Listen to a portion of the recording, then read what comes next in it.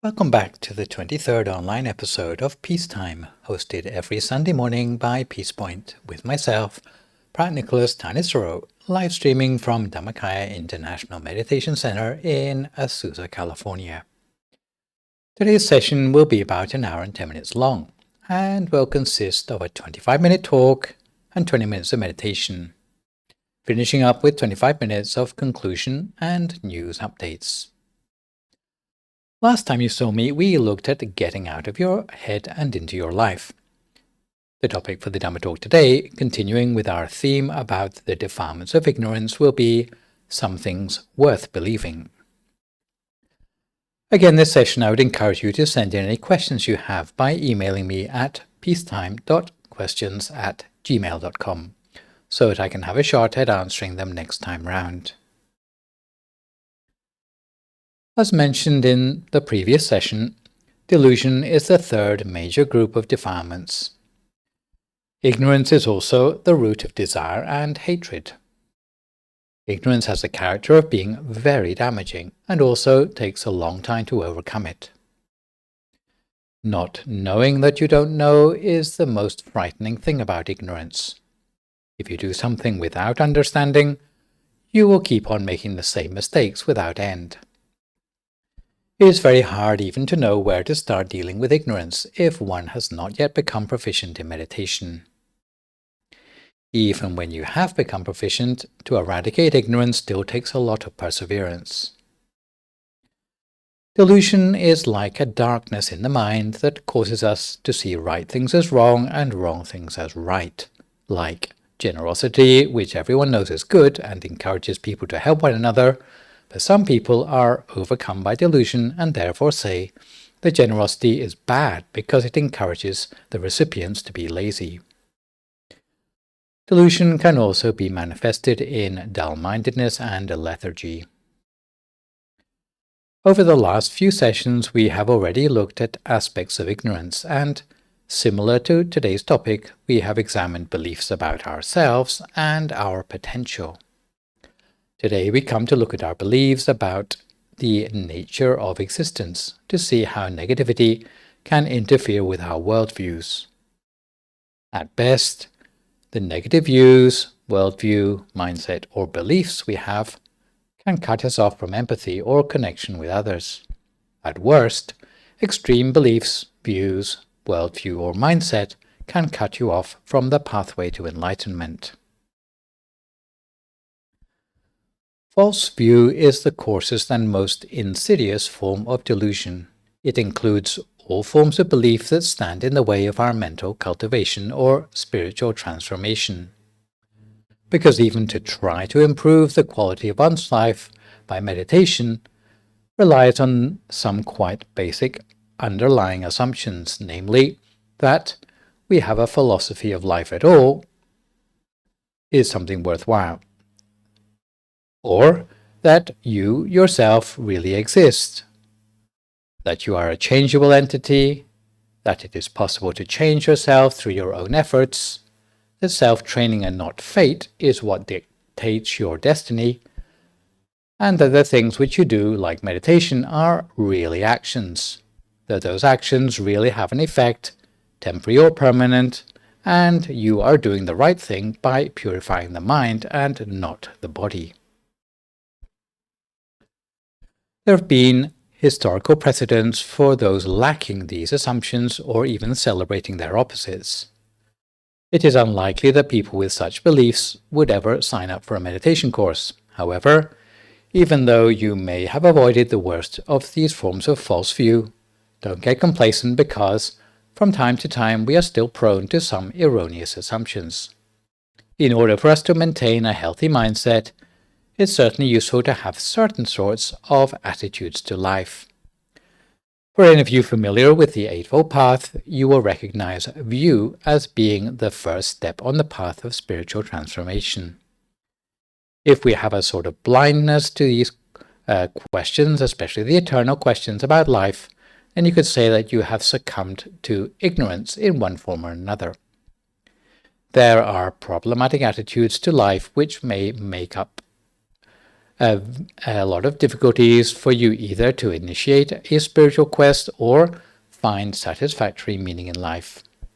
In fact, there are countless forms of misplaced views about existence. There are as many as 62 mentioned in the Brahmajala Sutta of the Buddhist Digha Nikaya scripture. But with an eye on the time available, I will focus on just 8 common ones to which people succumb. The first form of false view is fear of any standpoint. So, to give a worked example, ask yourself how you go about making important decisions in your life. If you never trust someone with principles, thinking they are overconfident in themselves, in such a case you are suffering from fear of any standpoint. In ancient India, such a worldview was known as Amaravikepaditi. If you are not subject to this form of wrong view, your attitude to making important decisions in your life would be to give a good principle the benefit of the doubt, or adhere to the best principle available for any situation. In practice, even if you have it on the best authority that meditation will give you transcendental experience, you will only believe it 99% of the time.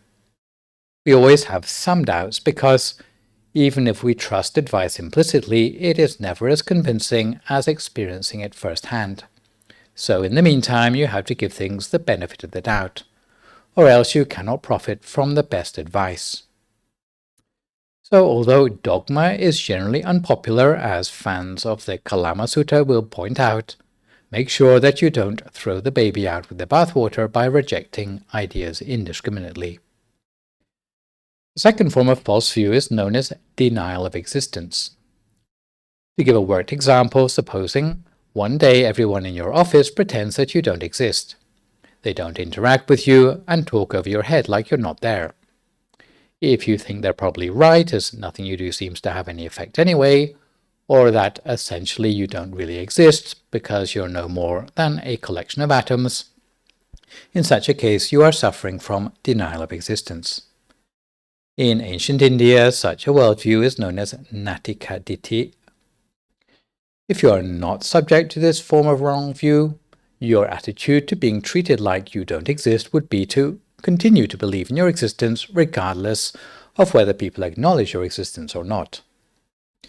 In this connection, going back to June 1998, I met a Russian who sincerely believed that our whole spirit was just a part of the cellular movement of our body. So there's nothing more than the body itself. So when you die, the whole of you just returns to atoms or whatever. If you have this sort of philosophy that life is just random noise in your neurons, then it would lead you to treat other people in a very inhumane way. The so-called principle of antinomianism, or crazy wisdom, where people believe they are so holy that they can do no wrong. So to appreciate what is human about other people, I think you have to give them credit for being alive as being something more than just the atoms that comprise them. Otherwise, we can suffer from nihilism and reduction of the universe into a very mechanistic and unfriendly place. The third form of wrong view is known as belief in the unchangeability of self and circumstances. Eternalism, in other words. So, to give a worked example, supposing you were born into a poor family, when you grow up, you end up being poor like the rest of your family. If you think your poverty is inevitable, that you were destined to be poor, that you can't do anything to change the situation, or it's hereditary, in such a case you are suffering from belief in the unchangeability of self and circumstances.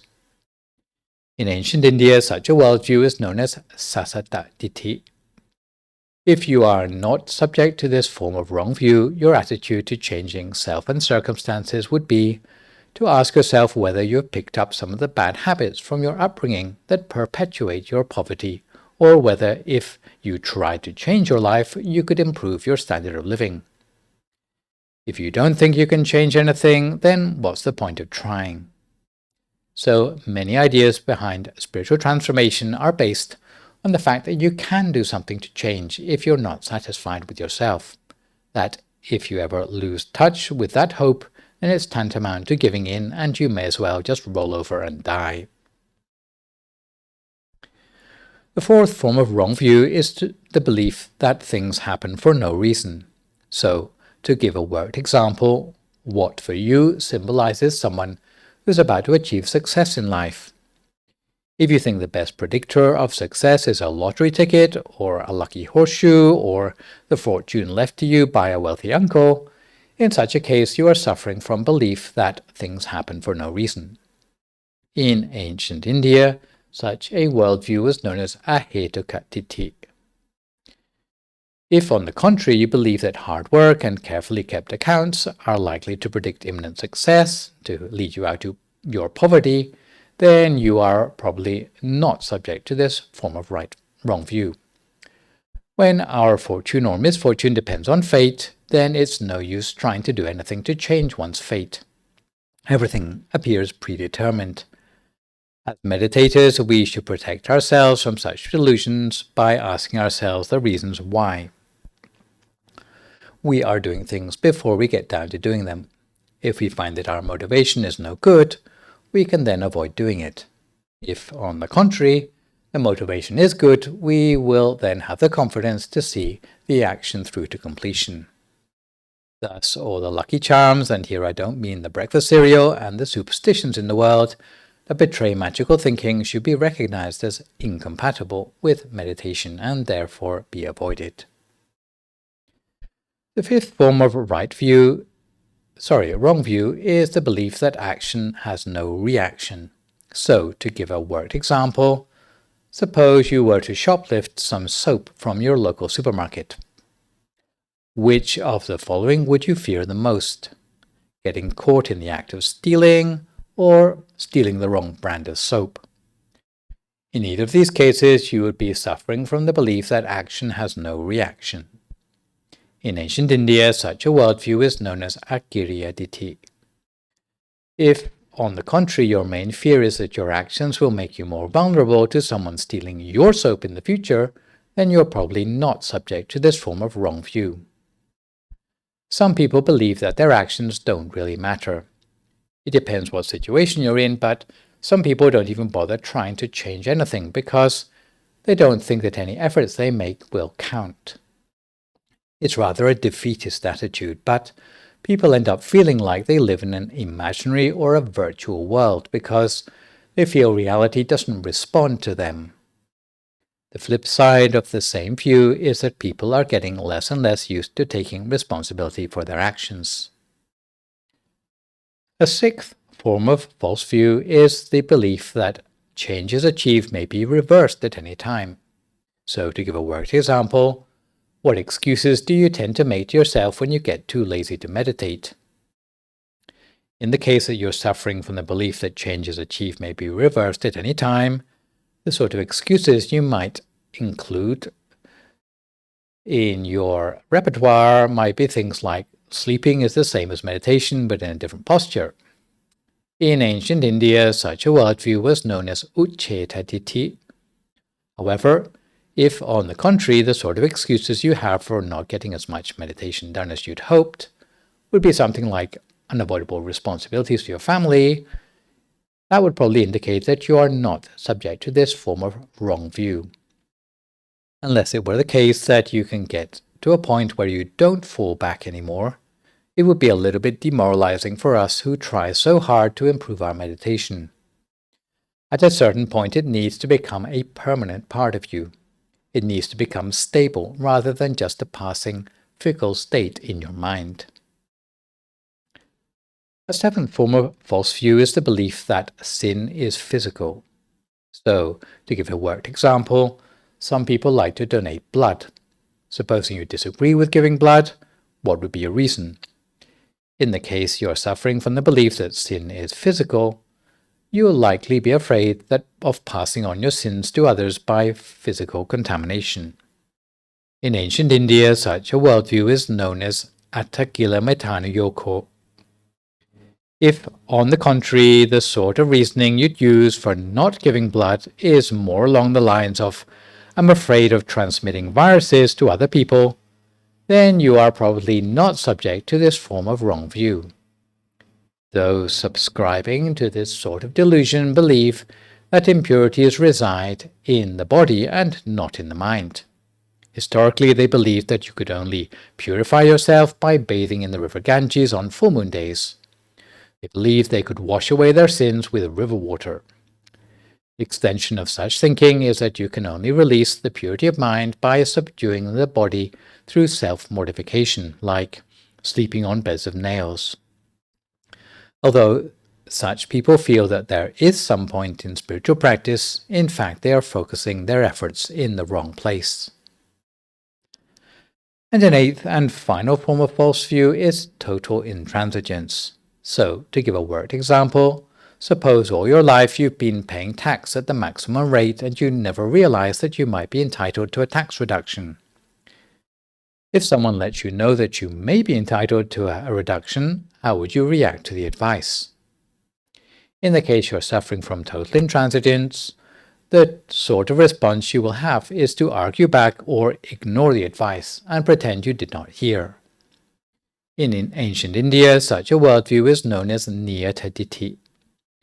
If, on the contrary, you are open to new ideas and whether the advice is correct or not, to try out the advice to see if it's true, then you're probably not subject to this form of wrong view.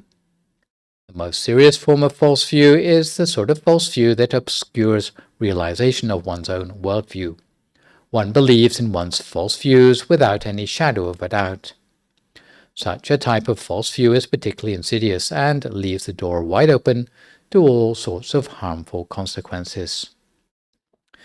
So the reason I've gone into such detail on these forms of wrong view is that if you are aware of your wrong views, they lose a lot of their power over you. If you look for meaning in the wrong places, then you may end up with the weird attitudes to life like the 8 which I have highlighted, and that will undermine your efforts in meditation even before you've made a start. So before our meditation today, I'm going to tell you the combination of 2 stories from a place in the Buddhist scriptures known as the Payasi Sutta. Once upon a time, there were 2 men who were friends, and they traveled to the countryside and found a big pile of pig dung. Both thought it would be quite good as manure, so they each filled a large bag with the dung and lifted it onto their shoulders and walked towards the next town. Along the way, they found plenty of abandoned cotton threads. One of them suggested that they should get rid of the pig dung and take up the cotton threads instead. The other one disagreed for the reason that he had already carried the pig dung a long way, and he didn't want to give it up so easily. The man who did not change his opinion still carried the dung, but the other smarter one, who was open to change, carried the cotton threads as they continued on their trip. Then they arrived at another village and found pieces of cotton cloth left along the road. The thoughtful man told his friend that cotton thread was only valuable if it could be woven into cloth. But now they had found ready-made cotton cloth, they should give up their load and take the cloth instead. The thoughtful man then dropped the threads and took up the cloth, while the other one still carried the dung, thinking there was no need to fix something that isn't broken. The 2 men then traveled to other villages and found steel, tin, bronze, silver, and eventually gold, respectively, along the way. The thoughtful man uptraded on the value of his load every time he discovered a more valuable treasure. On the way home, it rained heavily. The dung that the man was carrying became wet and it oozed through the bag to cover the guy. So, eventually, stinking and filthy, the man kept on carrying the bag on his shoulder nonetheless. Although he was criticized by passers-by for being out of his mind, he replied to them that the reason he did not discard the dung was because it was free. Ultimately, the smarter man brought home gold, while the other brought home mere pig dung. The relatives and friends of the man who brought back dung were disgusted with the fruits of his journey, not least the smell. On the other hand, the relatives and friends of the man who brought back the gold congratulated him for his decision to give up other things and choose the gold. So this is a story which illustrates the false view of intransigence.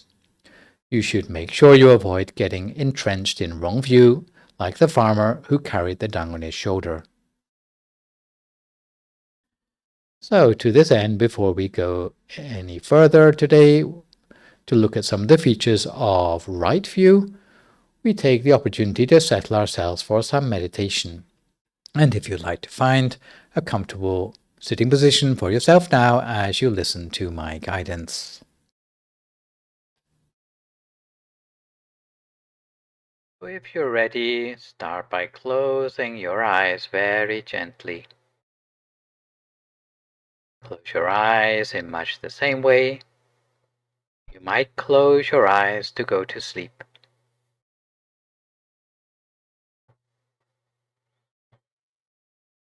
Find a comfortable sitting position for yourself.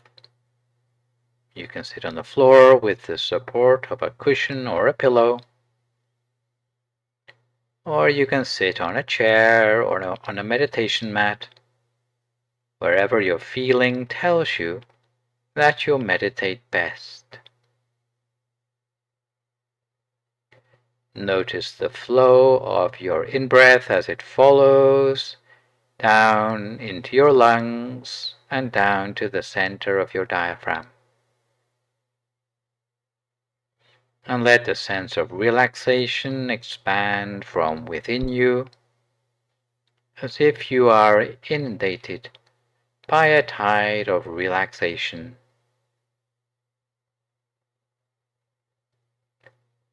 And the first thing we do is what's known as a body scan, which means scanning down through the whole of the body, relaxing each and every muscle as we go.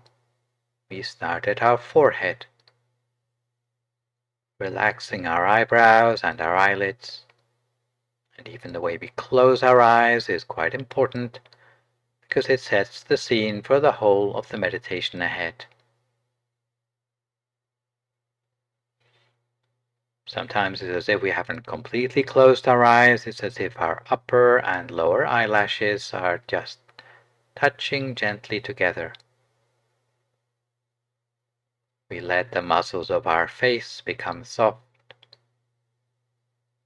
especially relaxing our jaw, taking care that we're not clenching our teeth together. And we relax our shoulders, letting them drop to their natural height. Relax both arms, forearms, and our hands and fingers as they rest gently in our lap.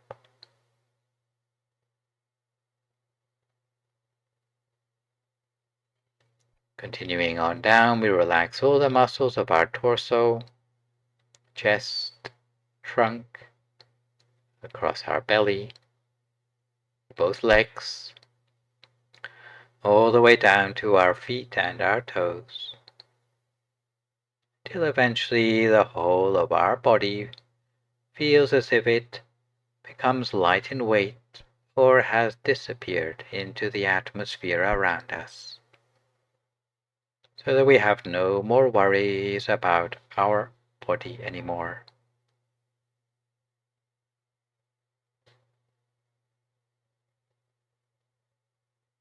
As we turn our attention inward, it's time to spend a few moments relaxing the mind, letting go of any worries or concerns on our mind, not letting our mind drift to regrets in our past or plans for the future, even resolutions. But keeping our mind in the present moment.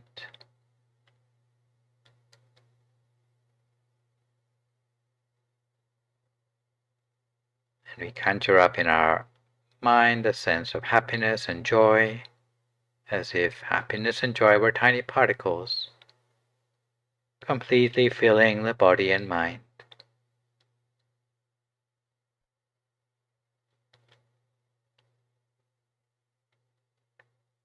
There we imagine our body has been transformed into a sort of hollow cavity or transparent shell with nothing on the inside.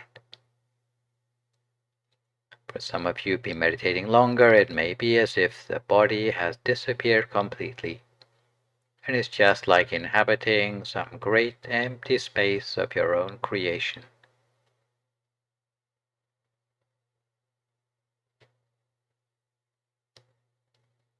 And for those of you who are new to meditation, you might like to recall the image of a bright full moon, or a shining sun, or a star down at the center of your body, as if you were breathing it down slowly until it comes to rest at the deepest point of your breath, or as if you were gently swallowing that bright object down until it reaches the pit of your stomach. Just imagine it and it's already there. Doesn't matter if it's clear, well focused, even if it's vague, we can work with that. Even if it's a feeling, we can also work with a feeling. It might be a moon-shaped object with a tiny diamond sparkling at its center, which may give a slightly different feeling. And you can tell by yourself observing the feeling and the happiness derived from that inner object, with or without the bright diamond. If you're a frequent meditator, it won't take you long to reconnect with that inner light. Let inner light, inner brightness pervade the whole body. The origin of the bright light is always at the center of the body, the light of serenity. And this time we will take this knowledge a little bit further. Allow the diamond light to shine on through like a perpetual flame of peace, shining through the whole body of ours. And we relax further still, deeper into contentment, into the luminescence on the inside of us. If you're a regular meditator and you've reached a point where you can reconnect with the light at any time you want, all you need to do is make a feather light touch at your center to reconnect with the light.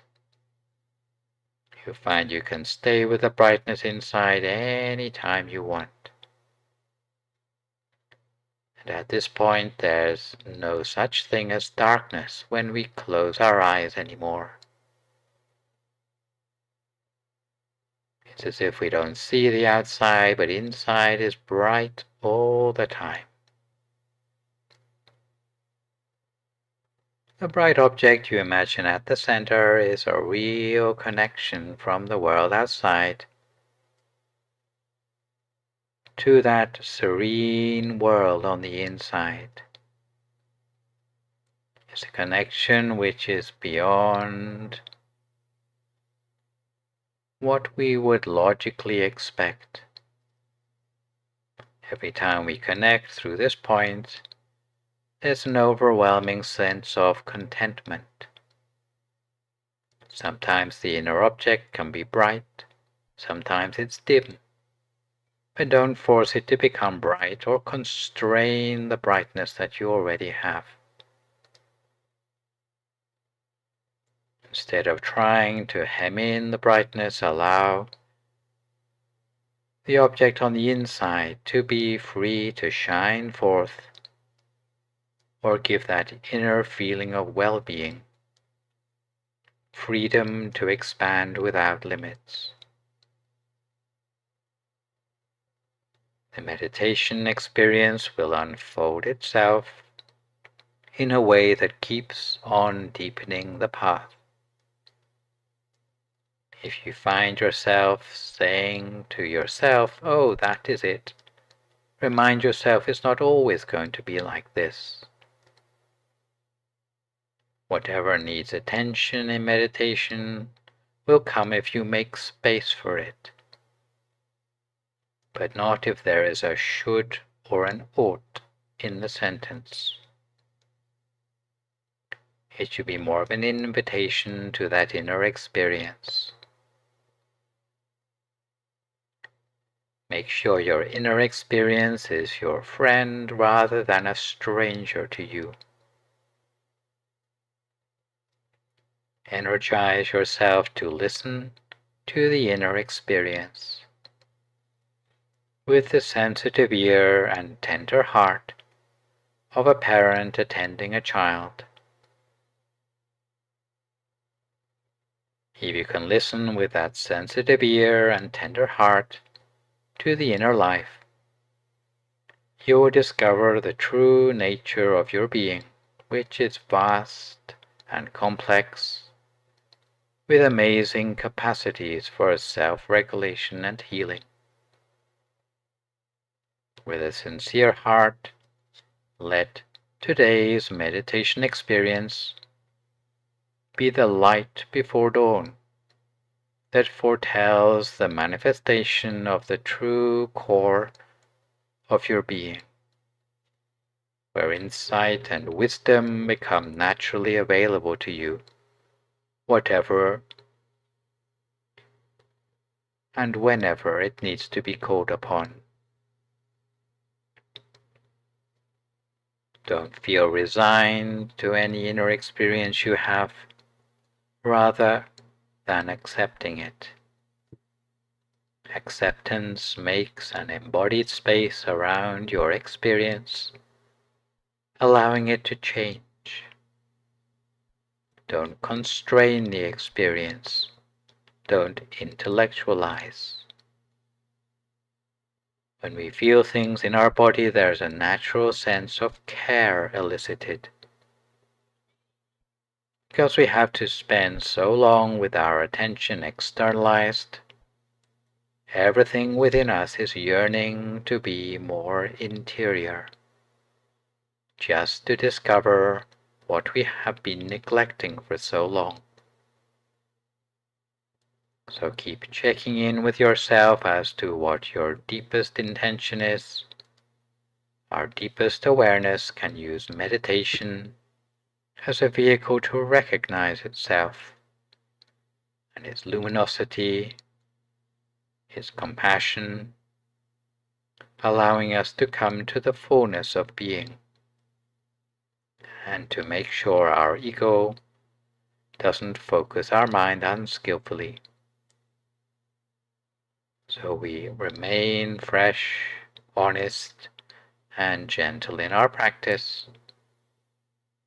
occupying a space that nourishes our natural well-being for a few more moments in silence.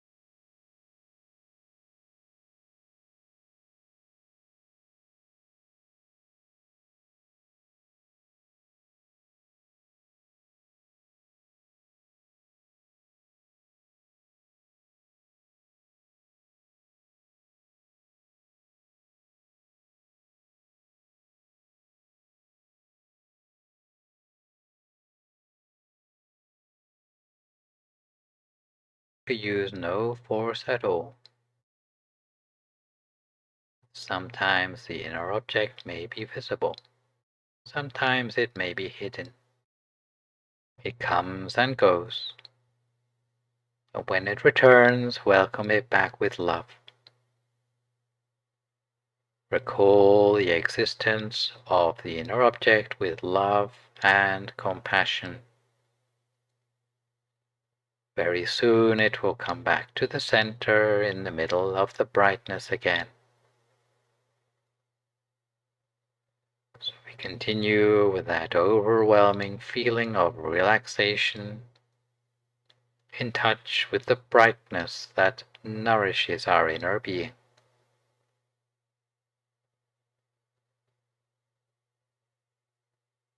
And we remember to share this kind of bright light by radiating the sphere of brightness in all directions around, expanding the sphere of brightness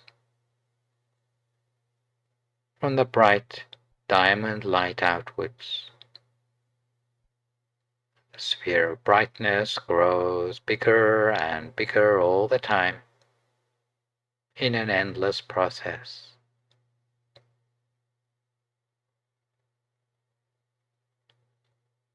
We allow the realness to touch us on the deepest level, at the axis of the mind, as we remain at our center for just a few more moments in silence, until we come to the appropriate time.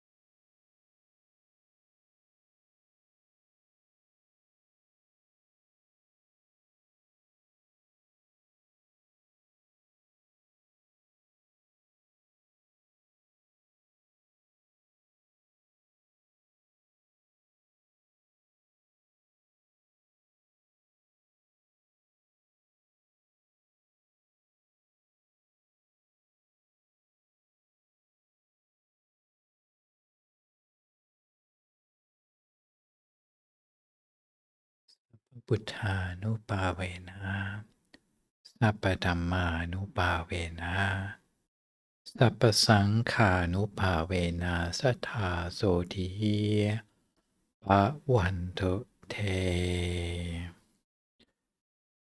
So if you'd like to come to the end of your meditation for today, you can gradually open your eyes again. If you feel at all uncomfortable, then slowly try changing to a more comfortable position before gently finishing your practice. So to return to the topic of our Dhamma talk today, there was a comprehensive book about Buddhist views written by Paul Fuller in 2005, which described the countless possibilities for a wrong view. What was less obvious from this book is that the number of right views is much more limited, and perhaps easier to remember. Right view is based on 4 articles of faith in Buddhism, found in the scriptures in the Anguttara Nikaya and the Vibhanka.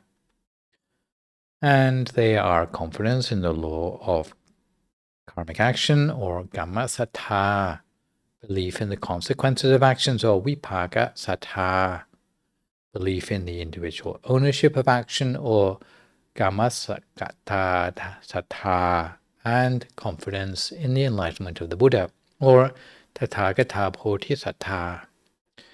These can be elaborated into 10 types of right view. In other words, what Buddhists are supposed to believe, or that they are at least working on trying to believe. These 10 are derived from the Apannaka Sutta of the Majjhima Nikaya, Sadly, these ended up as no more than a footnote in Paul Fuller's 250-page book. Fortunately, our main teacher in Thailand, the Venerable Dat Tachiwo, has drawn on our particular attention to these 10. For successful spiritual practice, he has written an entire book elaborating on them, which I will summarize now so that you know what you're looking for. The first category relates to views concerning sharing. The main issue dealt with in this first item of right view is that generosity is fruitful, namely in releasing the giver from the clutches of stinginess and selfishness. At the same time, having such a core value about the world reinforces the mutual compassion between the giver and the receiver. The second category relates to views concerning welfare work. The main issue dealt with in this second item of right view is that social welfare is fruitful, which will help to release the giver further from the clutches of greed. At the same time, having such a core value about the world widens one's compassion towards one's fellow man. The third category relates to views concerning the honoring of virtue. The main issue dealt with in this third item of right view is that respecting those worthy of respect is fruitful, which will help recognize and celebrate those who exemplify good behavior in society.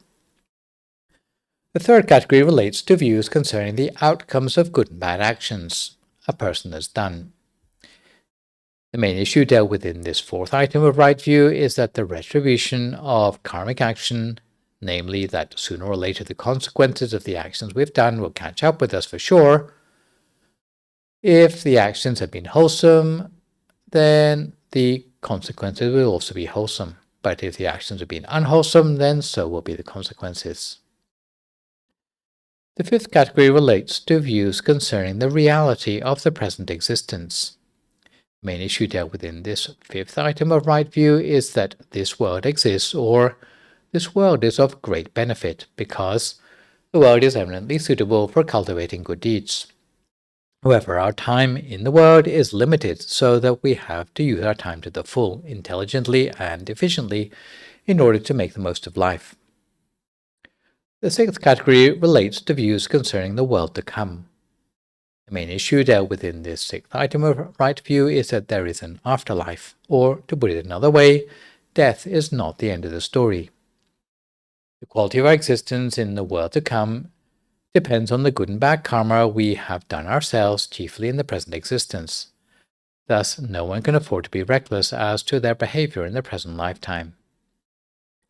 The seventh category relates to views concerning our debt of gratitude to our mother. The main issue dealt with in this seventh item of right view is that a mother exists, or we have a debt of gratitude to our mother for her virtues towards us. Thus, we ought to take all opportunities within our ability to repay our debt of gratitude to our mother. The eighth category relates to views concerning our debt of gratitude to our father. The main issue dealt with in this eighth item of right view is that a father exists, or we have a debt of gratitude to our father, in just the same way that we have a debt of gratitude to our mother. The ninth category relates to views concerning spontaneously arising beings. The main issue dealt with in this ninth item of right view is that spontaneously arising beings exist, or beings outside the human and animal realms exist, and they are a very real possibility for our future rebirth in realms beyond what meets the naked eye. The 10th and last category relates to views concerning the existence of wise, enlightened ones. Main issue dealt with in this 10th item of right view is that wise, enlightened ones exist, or those who have attained Buddhahood or Arahantship exist. Such people are able to have meditational insight into the reality of this world and the next, through their own earnest striving and through compassion, having shared with less perceptive beings like ourselves. In this connection, I'd like to relate a classic Buddhist story which is set in a monastery that has fallen on hard times. In the temple, there are mostly elderly monks, and they are a little bit caught up in their habits and rituals and routines, so it's kind of like a dying order. The temple does not have much pizzazz or creativity or vitality to it. So at some point, the dispirited abbot went off into the wilderness to seek guidance from an oracle, a wise woman, who lived in solitude in a small hut in the forest. After some meditation together, the abbot shared his worries about the dying temple, and the oracle admitted, "Well, I don't have any advice. All I can tell you is that the Divine One, the Bodhisattva, which means the awakened being, is already living amongst you."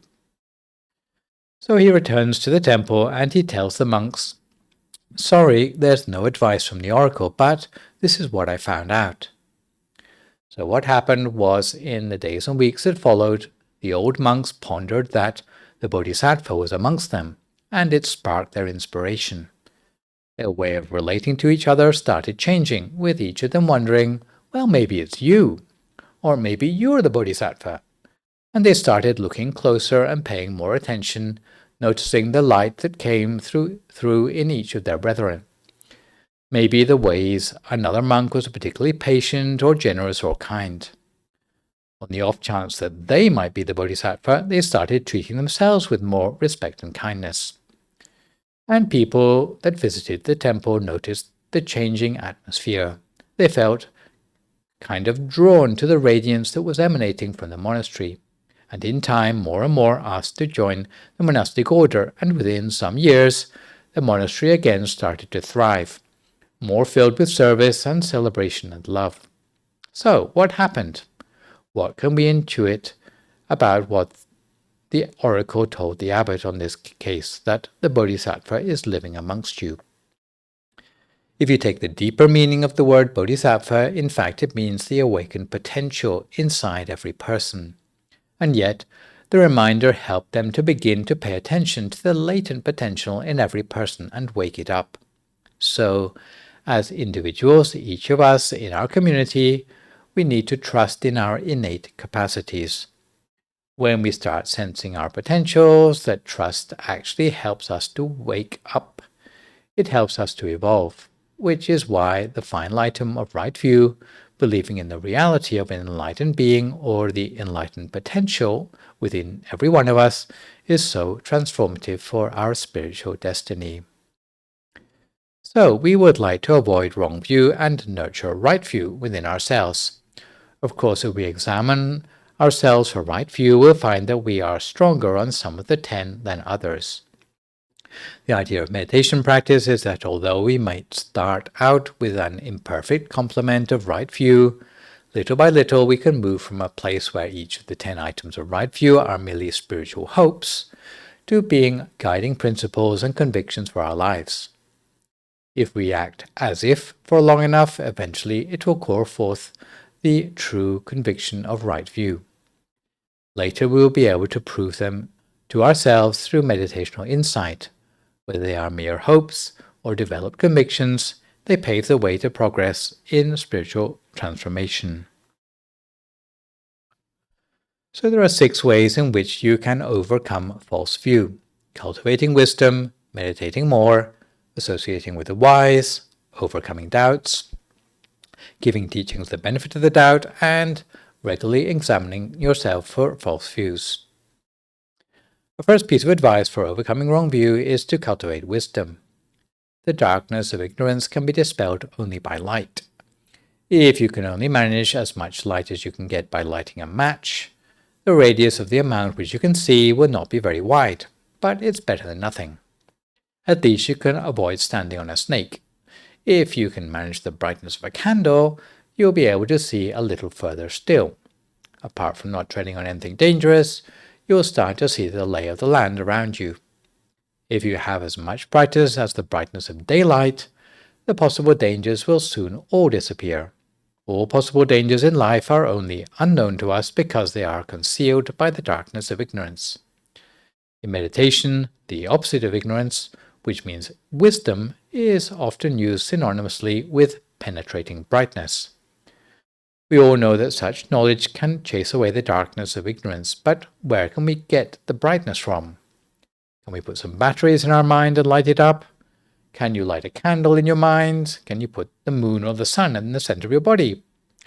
The only way you can bring about brightness in the mind is by cultivating positivity, which will bring brightness to the mind with wisdom as its byproduct. We will begin to understand the nature of the world as it really is. Only when we have developed our wisdom to the full will we escape from all ignorance. The caliber of the more advanced sorts of knowledge requires brightness equivalent to compressing the brightness of 100 suns into a single spot.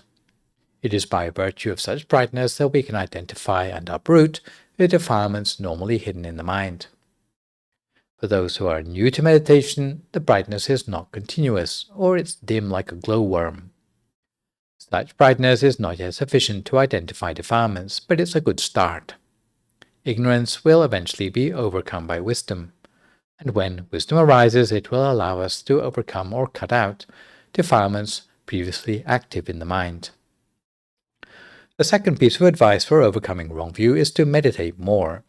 Meditation can be thought of as a way of training the mind to become wiser. There are a variety of ways to train the mind, and these include reading spiritual books, hearing wisdom talks, and meditation itself. Meditation and other forms of mental training have the effect of generating radiance in the mind, insulating the mind against anxiety, reducing wandering, and bringing peace. Whenever the mind is released from the dark shroud of ignorance, wisdom will arise in the mind through the brightness generated by mental cultivation. A third piece of advice in overcoming wrong view is to associate with the wise, to be around people who have a clear idea about the realities of life. The community aspect of spiritual work is an important one. If we are a lone spiritual person, alongside a whole bunch of skeptical people, then usually our inspiration to work on ourselves will not last for very long. So the community aspect is quite helpful for nourishing your spiritual motivation. You will notice that all religious traditions have a way to get people together every 7 days to recharge their religious inspiration. This is why Christians tend to go to church every Sunday. It's why Muslims go to their mosque every Friday. It's why Buddhists tend to go to the temple every quarter moon day. Why? Because after 7 days you can find that your inspiration starts to run down and your motivation starts to get entangled with a lot of false views and excuses. So having a community aspect is something which can help you to keep on track if you are trying to upgrade yourself or the reliability of your right views. As meditation brings you more closely in contact with balance within yourself, the negative influences from the outside world will have less and less sway over you. You'll have more freedom and independence in your thinking, and this will be a direct inroad into the third sort of knowledge, the knowledge that comes from the still mind. The fourth piece of advice for overcoming wrong view is to overcome your doubts. When doubts arise in your mind, it's often helpful to listen to wisdom talks. If you feel there's something missing in your meditation practice, or you doubt something that you've heard, or if you come across inconsistencies in advice, then it's a good opportunity to listen to a wisdom talk. Sometimes we understand how to be a good person in theory, but when we actually apply our knowledge, we are seized by doubt. Sometimes we don't see the immediate benefits of our good deeds. If you have doubts, then go to find a teacher or someone more experienced on the spiritual path than yourself. Overcoming your doubts will help you to gain more unshakable right view. Even nascent spiritual hope is rather like a sword, which helps you to cut away the unnecessary doubts and fears. A fifth piece of advice for overcoming wrong view is to give teachings the benefit of the doubt. Even if you don't understand spiritual teachings immediately, since our experience or refinement of mind is not enough to be able to see the benefit of a teaching, we may need to suspend our judgment so that we can try out new ideas first and see whether it works out. If after a certain period of due diligence it still doesn't work out, then you can try some other alternative. Being able to give something the benefit of the doubt, although it takes quite a lot of courage, because sometimes it's rather like taking a leap in the dark, but it's something which you can do as part of an educated guess, perhaps. where you can open yourself up to controlled risk-taking. But sometimes you do need to try something before you can make up your mind and overcome your doubts about it.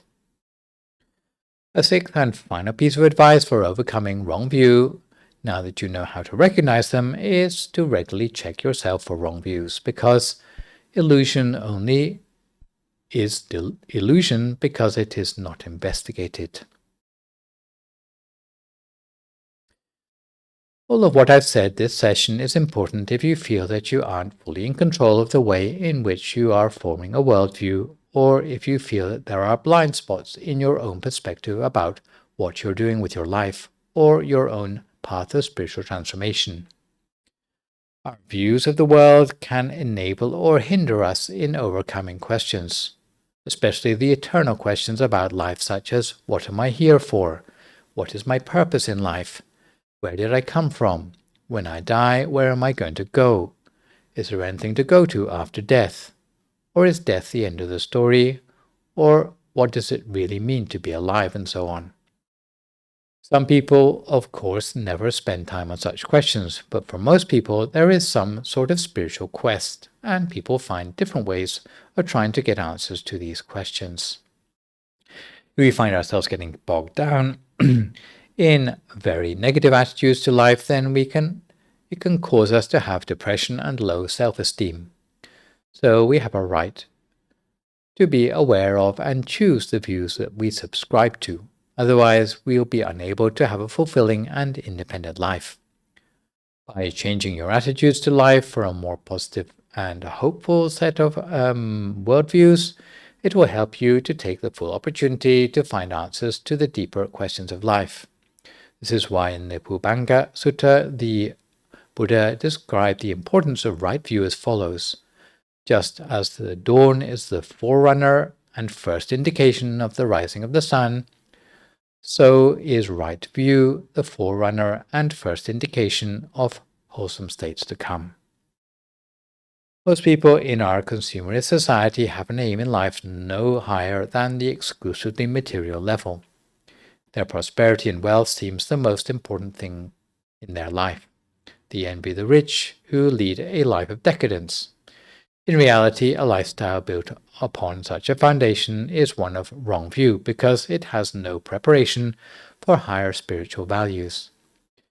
It is for all these reasons that when we set our aim in life, we need to have right view as our compass to bring ultimate meaning into our lives. So let me finish up with a quick mention about temple support and a news update about the availability of meditation teaching in English from our temple. For those of you who like to visit the temple in Azusa to bring offerings, please be informed that there is a new site for temple offering in the parking lot next to the main temple building between 10 and 11 a.m. each day. If you have trouble with the passcode on the gate or wish to visit at a different time, please call Jenny on 562-716-2961. There'll be a monk on standby in PPE to receive the offering and to give a short blessing for visitors. English-speaking monks will be on duty on Wednesdays and Saturdays. As for temple donations, you can see the details on the ticker tape for those wishing to support the temple without attending in person. Needless to say, the whole temple would like to rejoice in the merits of all taking the opportunity to support the temple in this way. Meditation, particularly in this COVID era, is very valuable to help us cope with the extended lockdown. And in this respect, here at the temple, although there are still no face-to-face teaching sessions for the interim, you can access Dhamma teachings in English at the YouTube channel called Peace Point Meditation or the Facebook page of Peace Point Meditation. For those of you who have been following my talks, you may be interested to subscribe to a YouTube channel which I have recently set up in my own name, which can be found by searching for Phra Nicholas Thanissaro on YouTube, where I've uploaded more than 100 clips of meditation, Dhamma talks, funeral talks, talks for children, and so forth. Meanwhile, there is a streamlined schedule by popular request for 2021 on Peace Point. Every Sunday morning, you now get me with live material and archived material on alternating Sundays. Venerable Sopon now appears every Thursday evening. Meanwhile, Peace Breaks from Peace Point are broadcast every Monday and Wednesday between 7 and 7:30 p.m.